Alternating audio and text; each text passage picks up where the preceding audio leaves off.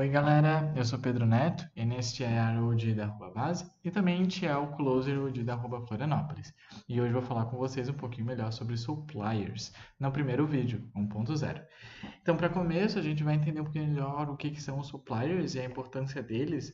Eles nada mais são do que parceiros nacionais em que a gente de ODE faz parcerias com vários países em IDE para que juntos possamos construir estratégias, alinhar expectativas, colocar uma meta e trabalhar para alcançar o resultado e também essa meta. Tudo bem? Isso pode acontecer de várias maneiras em qualquer lugar do mundo.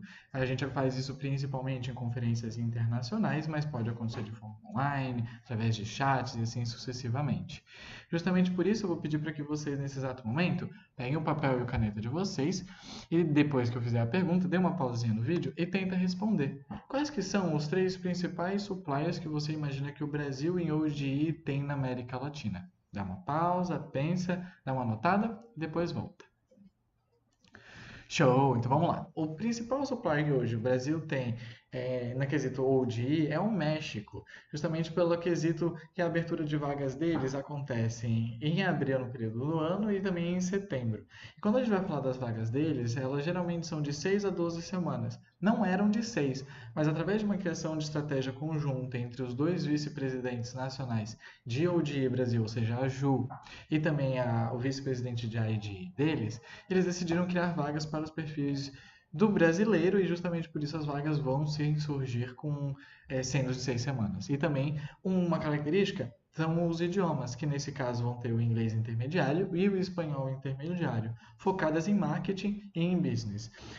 A criação dessa estratégia entre os MCs, ela veio justamente para suprir uma necessidade que a gente tinha, só que a gente tem que prestar atenção no detalhe. Essas vagas ainda não surgiram, elas têm uma expectativa de surgir finalzinho de agosto, início de setembro, justamente para acompanhar a campanha de AXP dos membros, dos TLs, enfim, alumnis, para fazer com que eles tenham uma opção a mais para, enfim, realizar as vendas e conseguir trazer os resultados das metas das campanhas de AXP. Falando ainda de América Latina, não em ordem crescente ou decrescente de importância, nós temos em segundo lugar o Peru, e justamente o período de abertura de vagas deles é muito parecido também com o do México, que também é abril e setembro, só que o que muda é a questão de duração das vagas, que é de 10 a 12 semanas. A princípio, nós temos uma criação de estratégia com eles para tentar abrir vagas de 6 ou de 8 semanas, contudo, ainda não estamos com essa estratégia extremamente alinhada. Ou seja, assim que surgirem essas vagas, a gente passa para vocês, mas a princípio é de 10 a 12. E isso também vale para os idiomas, que é o inglês intermediário, e o espanhol ele é um pouquinho melhor que o intermediário. Muita atenção aqui, tá, gente? Porque isso significa que EP com portunhol geralmente não vai ser aceito nas vagas deles. A gente também está alinhando essa característica para ver se eles conseguem abrir vagas num perfil mais alinhado com o nosso EP, que é o EP que tem inglês intermediário, por exemplo. Coincidentemente, as vagas deles também são para marketing, mas num quesito mais design. Então, seja design de jogos, seja design de arte, enfim, o design que for, eles também possuem um foco nessa área. Por último, mas não menos importante, a gente vai ter como principal supplier da América Latina a Colômbia. Mesmo período de abertura de vagas, abril e setembro, 10 a 12 semanas. E exatamente aquela mesma estratégia do Peru. A gente está tentando, então, fazer com que eles abram vagas mais alinhadas para o perfil brasileiro, justamente através de estratégias de relação entre os vice-presidentes nacionais e os vice-presidentes locais com a gente. A grande questão aqui é o idioma, que além do inglês intermediário, pede o espanhol avançado.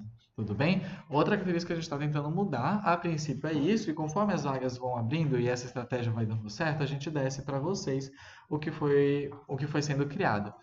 Um detalhe em relação à Colômbia é o subproduto foco, tá? Que ao contrário dos outros inclui IT, Technology Information, ou seja, é uma opção a mais aí para os intercambistas, para os EPs intercambistas da gente.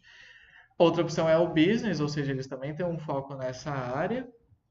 E de modo geral, eles são sim um dos grandes parceiros que a gente pode contar para o próximo semestre. Tudo bem? Esses são os três principais da América Latina. Existem outros em que vão surgir projetos pilotos, como Costa Rica, Argentina, enfim, só que não são os nossos grandes focos nacionais. Tudo bem?